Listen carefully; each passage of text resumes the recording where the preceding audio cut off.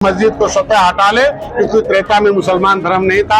भगवान राम जब गए तो वहाँ मस्जिद नहीं था। जब स्वर्गीय इंदिरा गांधी प्रधानमंत्री खुदाई कराई थी तब मस्जिद नहीं था। तो निषाद राज के वंशजों ने मिलकर अंग्रेजों मुगलों को भगाया था, नदियों में डुबो के मारा था। अंग्रेजों ने क्रिमिनल कास्ट घोषित किया था, क्रिमिनल ट्राइब। मैं मुस्लिम समाज से अपील करता हूँ कि उस मस्जिद को स्वतः हटा ले, क्योंकि त्रेता में मुसलमान धर्म नहीं था। भगवान राम जब गए तो वहाँ मस्जिद नहीं था।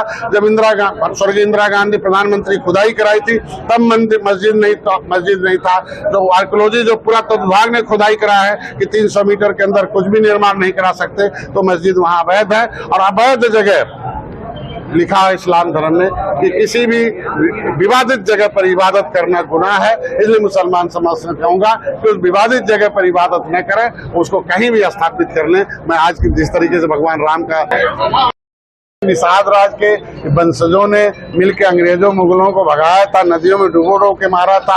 अंग्रेजों ने क्रिमिनल कास्ट घोषित किया था। Criminal tribes act inquiry committee की रिपोर्ट कहती है कि इनकी दशा दुर्दशा खराब है। 72 प्रकार की व्यवस्था दीजिए, देश को आजाद कराने वाली जातियां हैं। पिछली सरकारों ने तो हमारी फाइल को ही गायब करा दिया। Criminal tribes act inquiry committee की रिपोर्ट को ही कूड़ेदान में डाल दिया। हमारे आरक्षण की फाइल गायब करा दिया। इन लोगों ने इनको तो मूर्ख बनाया, खाली वोट लिया, इनके नोट और नौकरी पर डाका डाला। मैं तो रामलला के उस मंदिर में अगर निषाद राज की प्रतिमा स्थापित हो रही है, हम लोग अपने को धन्य है कि अब इस जीवन काल में हम लोगों का जन्म हुआ कि जन जन तक संदेश पहुंचाए।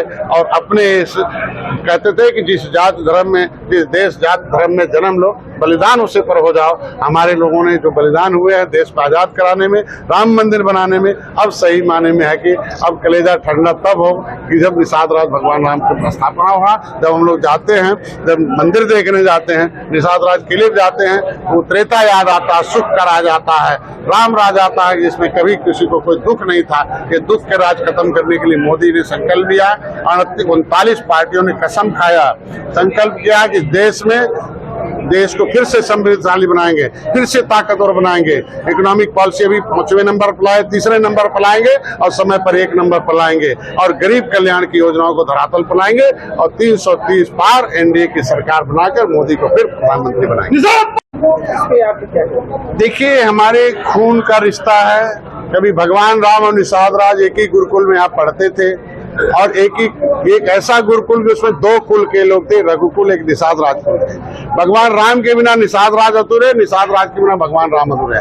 सबसे पहले जब यहाँ अयोध्या से गए बनगमन को तो अपने बड़े भाई निषाद राज के गले लगाया था और निषाद राज ने उन्हें बताया, हे राम, मित्र थे, हो, भविष्य में भी हो, लेकिन आज दिव्य शक्ति है। ईश्वर के रूप में अगर किसी ने पहचाना था निषाद भगवान राम को भगवान के रूप में, तो निषाद राज ने पहचाना। हम लोग सौभाग्यशाली है कि त्रेता में कभी भगवान राम ने उन्हें गले लगाया था और उन्होंने सेना देकर रावण राज किया, रात्रि विश्राम किया, गंगा पार किया, रावण राज खत्म करे।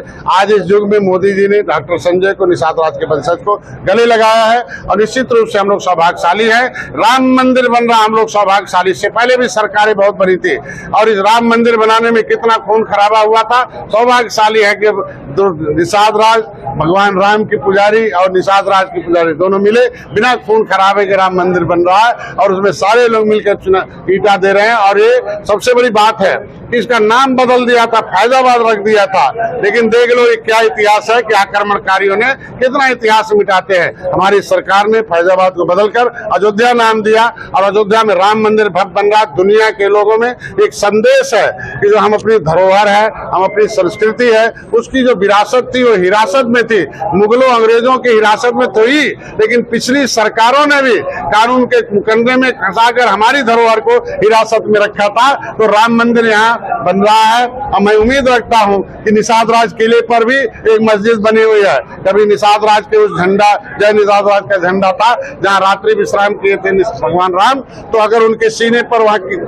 हमसे जुड़े रहने के लिए हमारे YouTube चैनल को सब्सक्राइब करें और नई वीडियो की नोटिफिकेशन के लिए बेल आइकॉन को दबाएं।